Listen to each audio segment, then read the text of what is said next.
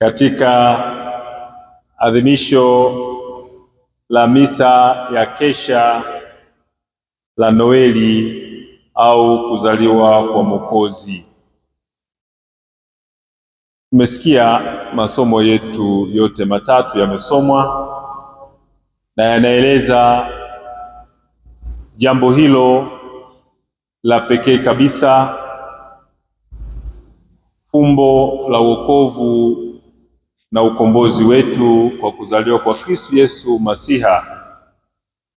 Tumesikia somo la kwanza kutoka katika kitabu cha Nabii Isaya sura ya 9 aya ya 1 hadi ya 7. Sehemu hiyo ya somo la kwanza tuliyosikia, kwa kweli huo ni utenzi wa kinabii ulioimbwa wakati wa kupata uhuru. Kwa hiyo wenzetu wa Israeli waliimba utenzi huo katika mazingira ya uhuru, kama ambavyo sisi leo tungeweza kuimba wimbo wa taifa.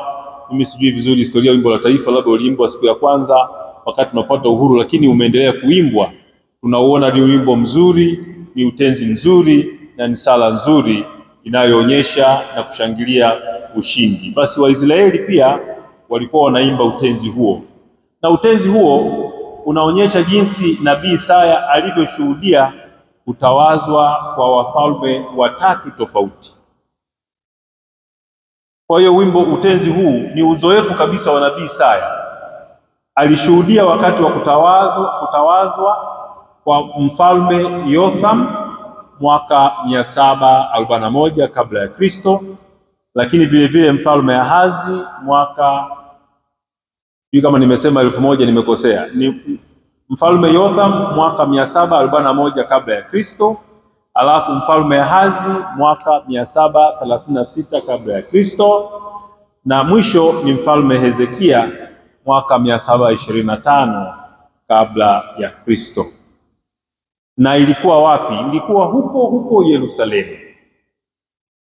Na utenzi huo sasa uliimbwa kusherekea mwisho wa utawala wa kiimla, utawala wa kimabavu wa mfalme mmoja aliyeitwa Tiglath-Pileser, mfalme wa Ashuru.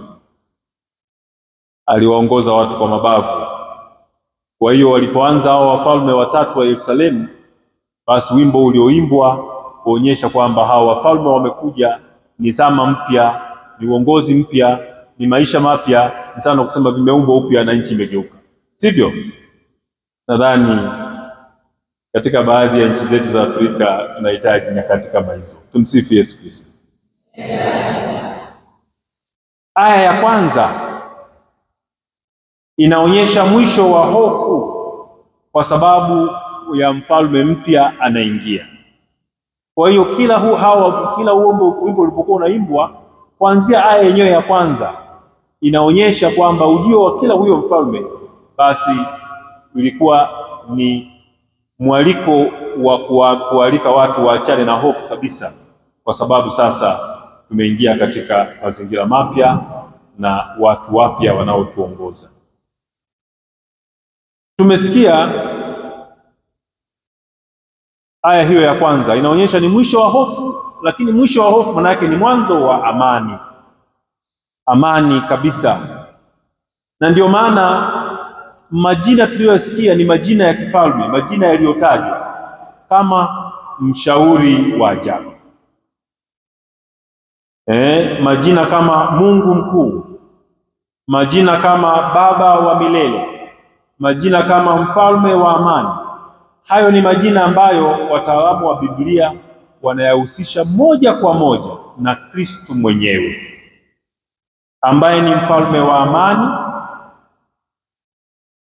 Na maelezo hayo ni kama sasa utimilifu wa unabii wa Masiha.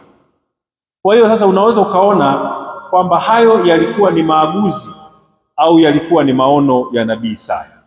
Kwa hiyo Nabii Isaya alipokuwa anaonja huo uzoefu wa kuapishwa hao wafalme wa aina mbalimbali, alikuwa anaeleza vitu vya hali ya juu sana, ishara za hali ya juu sana, mazingira ya hali ya juu sana ambayo yalizidi hali ya wakati ule, kama ishara kwamba alikuwa anaagua juu ya Kristo Yesu, mfalme wa wafalme atakayekuja kuzaliwa baadaye. Miaka mingi, umesikia hiyo ni miaka 700 na kitu kabla ya Kristo.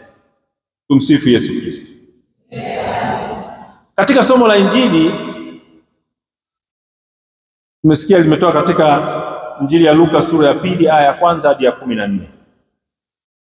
Na sehemu hiyo ya Injili inaelezea juu ya mazingira ya dola ya Kirumi, ufalme wa Kirumi, himaya ya Kirumi, maisha ya taifa la Kirumi ambayo ndio Italia ya leo, ambapo kulikuwa na desturi ya watu kufanya sensa, na si hapa tunafanya sensa. Lakini kwa Warumi walipofanya sensa walifanya kwa makusudi au malengo mawili tu. Tumsifu Yesu Kristo. Lengo la kwanza au kusudi la kwanza ilikuwa ni kukusanya kodi, wajue kwamba tuna watu wangapi. Kwa hiyo tukikusanya kodi tunaweza kufanya tathmini nchi yetu inaweza kuwa na pato kiasi gani. Sababu ya kwanza. Sababu ya pili ilikuwa ni kuandaa watu kwa ajili ya kujiunga jeshi. Ukishafanya takwimu unaweza kujua tuna watu wangapi, watoto wangapi, lakini tuna vijana wangapi ambao wanaweza wakaunda jeshi, na unajua jeshi ni chombo muhimu sana katika ulinzi wa nchi. Hizi ndio sababu mbili za masimulizi ya sensa tuliyosikia. Lakini kwa kuwa Wayahudi waliondolewa katika utaratibu wa jeshi, Wayahudi wasingeweza kuingizwa katika utaratibu wa jeshi la Kirumi. Kumbe kwao sensa ilikuwa ni kwa ajili ya kodi tu. Na hapa pia baadhi yetu tunaweza kuchanganya. Himaya ya Kirumi ilikuwa ni kubwa sana, ilienda mpaka baadhi ya maeneo hayo sasa ya Uyahudi ilikuwa ni sehemu ya himaya ya Kirumi. Kwa hiyo hata kule katika maeneo ya Yerusalemu sensa ilipaswa. Sasa Yosefu na Maria walikwenda kule Bethlehem kufanya sensa, si kwa sababu ya jeshi, ila kwa sababu ile ya kwanza, kuweza kupata takwimu ambayo ingeweza kusaidia kufanya takwimu ya kodi itakayokusanywa na himaya ya Kirumi au taifa la Kirumi lingeweza kupata fedha kiasi gani. Na Yosefu tumesikia alikwenda kule Yerusalemu kwa sababu yeye ni wa ukoo wa Daudi, mbali ya Daudi. Kwa hiyo alikwenda na mchumba wake na mke wake Elizabeti kule ili kusudi waweze kuhesabiwa, kwa sababu ndio ilikuwa asili yao kwao Yosefu. Lakini tumesikia kwamba huko hawakupata chumba kwa sababu mji ulikuwa umejaa. Na wengine walikuwa wamekuja kuhesabiwa sensa, mji ule ulikuwa umejaa. Hapa kama ni hapa Ikulu hapa palikuwa pamejaa. Sijui ukienda hapo Freemason pamejaa, pale Banana pamejaa, sijui wapi sehemu nyingine. Tumsifu Yesu Kristo. Pamejaa. Kwa hiyo kwa sababu palikuwa pamejaa, Yesu alikosa mahali. Wazazi wake Yosefu na Maria walikosa chumba, akazaliwa horini, kwenye holi la ng'ombe. Holi hilo tunaloliona. Lakini kitu cha ajabu sasa, wataalamu wa maandiko matakatifu wanatuambia, lakini pale alipozaliwa holini ndio hapo hapo yalikuwa makao makuu ya mfalme Daudi. Hapo hapo. Sasa tendo hili la kuzaliwa holini, japokuwa linaonyesha ni kama baraka, ni kama bahati mbaya, lakini linasema kitu, kwa sababu amezaliwa katika ikulu ya babu yake. Lakini pia hiyo ni namna ya kwanza ya kutafasiri.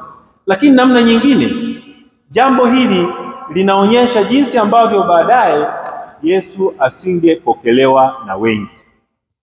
Ukisoma Injili ya Yohane sura ya 1 aya 11, tunaambiwa alikuja kwa walio wao, lakini walio wao hawakumpokea, ila wale waliompokea walifanywa kuwa watoto wa Mungu.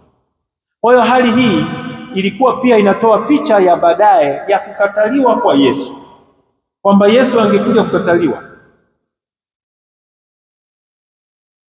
Lakini katika mazingira hayo ya kukataliwa, tunaambiwa hawakuwepo watu wa kushuhudia kuzaliwa kwake, ila wachungaji ndio wa kwanza kumwona Yesu. Pia malaika ndio waliomwimbia kwa sababu hawakuwa na wanamuziki wa kawaida. Tumsifu Yesu Kristo. Kwa Wayahudi kulikuwa na desturi, mama aliyejifungua mtoto, kulikuwa na kikundi cha wanamuziki cha wananzengo, wanamuziki wa kawaida katika mji huo. Walikwenda wakapiga mziki huo wa wananzengo kumshangilia mtoto aliyezaliwa. Sasa ni ajabu kwamba siku hiyo mtoto amezaliwa holini, mahali panaponyesha ni kama dhihaka, yaani amezaliwa mahali ambapo ni kama hakustahili. Kama tungejua nafasi yake na katika mazingira kawaida, labda angezaliwa Ikulu, angezaliwa gorofani, angezaliwa kliniki, lakini anazaliwa kwenye holi, mahali pa kulishia wanyama. Sasa hata wanamuziki hawakuwepo kama ilivyo desturi ya Kiyahudi, lakini kwa muujiza wa Mungu malaika walikuwepo na waliimba badala ya hao wananzengo, wanamuziki wa kijiji. Tumsifu Yesu Kristo. Na tendo hili mimi nalifananisha pia hata katika mazingira yetu. Katika mazingira yetu nimesikia kuna baadhi ya tamaduni za Kiafrika, baadhi ya makabila, sio hata kama Ipuli tupo watu wa namna hiyo. Mama anapojifungua, wakina mama wenzake ambao ni wajawazito huenda kumpongeza yule mama, na wanapofika pale, wale wakina mama wajawazito wanamchukua yule mtoto, wanampakata hapa tumboni, wanamweka hapa, alafu wanamwambia, mwambie mwenzako atoke mcheze, mwambie atoke mcheze. Labda ni utamaduni kazuri, sivyo? Lakini mazingira haya yote ya kuzaliwa kwa Yesu ni ishara kwetu kwamba muumba wetu amezaliwa katika mazingira ya kwetu, mazingira ya kawaida. Anajua maisha yetu, aliishi kama sisi, na yeye ni Emanueli, yaani Mungu pamoja nasi. Tumsifu Yesu Kristo. Kristo tumaini letu. Naomba nimalizie na somo la pili. Somo la pili linatoka katika waraka wa Mtume Paulo kwa Tito. Mtume Paulo anafananisha kitendo cha kuzaliwa Bwana wetu Yesu Kristo au mwilisho kama ziara ya kifalme. Yaani tendo hili ni sawa na mfalme ameondoka ikulu, akaenda kujizingilisha, akaenda kujichanganya, aishi na watu wake, akaenda akawakuta watu wakarakana, akaona wanavyoishi, akajifanya naye ni fundi seremala, akaenda akawakuta wavuvi, akawa mvuvi kati ya wavuvi, akaenda akawakuta kati ya washona viatu, naye akajifanya mshona viatu, akaenda akawakuta wakulima wanaolima tumbaku, wapata tunalima tumbaku, si na mazao gani mengine, karanga, njugu mawe na mahindi, akajifanya yeye ni mmoja wao kila mahali. Ndiyo maana ya Emanueli, yani Mungu pamoja nasi. Tumsifu Yesu Kristo. Kwa hiyo hii ina maana kwamba kwa kuzaliwa Kristo duniani ametukomboa kutoka nguvu za uasi na kutuwezesha kuishi maisha mema matakatifu. Amekuja kuona maisha yetu ili atunusuru, aweze kutuongoza, atuondoe katika zile njia mbaya ambazo tungeelekea, tuelekee njia za utakatifu, turudi tukaishi naye huko mbinguni. Kwa hiyo tunapoishi pamoja naye, Emanueli, Mungu pamoja nasi, anatutakasa, anatuandaa ili tuwe tayari kuishi maisha ya umilele na tuwe mali ya Mungu. Huu ndio utukufu wa neema ya umwilisho na nguvu inayotuletea mabadiliko, kuishi kweli kama watoto wa Mungu. Tumsifu Yesu Kristo. Kristo